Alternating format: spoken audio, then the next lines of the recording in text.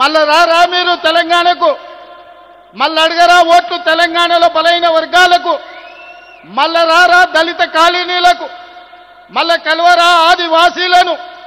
తెలంగాణ రాష్ట్ర ప్రజలతో మీ అవసరం తీరిపోయిందా? మీ బంధం తెగిపోయిందా? పేరు బంధం తెగిపోయిన తెలంగాణ రాష్ట్ర సమితి మీ పేగు బంధం కూడా తెలంగాణతో తెగిపోయిందా? మీరెందుకు మోడీతో అంటగాగుతున్నారు?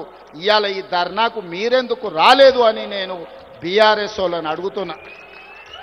బీజేపీ వాళ్ళు నరేంద్ర మోడీ గారి మోచెత్తి నీళ్లు తాగొచ్చు, మరి బీఆర్ఎస్ వాళ్ళు మోడీ గారి చెప్పులు మోసి బతుకుతున్నారా? మీరు మాకండగా నిలబడకుండా నిన్న ఓ సన్నాసి మాట్లాడతాడు, ఎన్నికల కమిషన్ కలవనికి వచ్చిన ఢిల్లీకి రేవంత్ రెడ్డి జంతర్ మంతర్ల డ్రామా చేస్తున్నాడు. నేను అడగదలుచుకున్న మా బలైన వర్గాల సోదరులు, అయ్యా మన దీక్ష వాళ్ళకు ఒక డ్రామాలాగా కనిపిస్తుంది. ఆయన పేరే డ్రామారావు. డ్రామా నీ ఇంట్లో ఉంది, నీ ఒంట్లో ఉంది, నీ రక్తంలో ఉంది, నీ పేరులో ఉంది. మీ మొత్తం కుటుంబమే డ్రామాలేసి బతికే కుటుంబం మీది. మాకు డ్రామాలు అవసరం లేదు, చిత్తశుద్ధి ఉంది.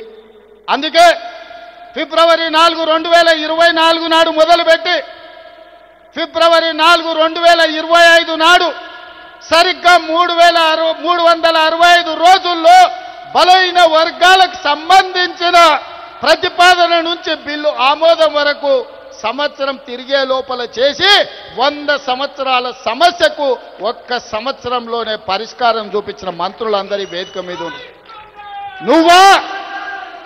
నువ్వా దిక్కుమాలినోడా మా చిత్తశుద్ధిని ప్రశ్నించేది?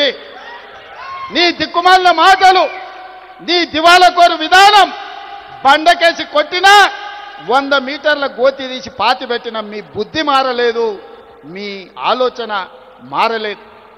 అందుకే ఇవాళ మీ ఇంట్లోనే చక్కగా లేరు. ఒకరు బీసీకి అనుకూలం అంటే ఇంకొకరు వ్యతిరేకం అంటారు, మూడోగా ఆయన మధ్యస్థం అంటారు. నేను అటు కాదు, నేను ఇటు కాదు అంటాడు. ఈయన ఈ అటు ఇటు కానోడు కూడా నా గురించి మాట్లాడతాడు. అందుకే మిత్రులారా, ఇవాళ మన చిత్తశుద్ధిని ఎవడు ప్రశ్నించలేడు. ఇవాళ తెలంగాణ మోడలే దేశానికి రోల్ మోడల్ అయింది. ఇవాళ ఈ తెలంగాణ మోడల్, ఈ కులగణన, ఈ జనగణన, ఈ 42% రిజర్వేషన్ దేశ రాజకీయాలలో సునామీని సృష్టించబోతుంది. ఆ సునామీలో ఎన్డీఏ బంగాళాఖాతంలో కలవబోతుంది. నరేంద్ర మోడీ గారు కుర్చీ దిగబోతున్నారు.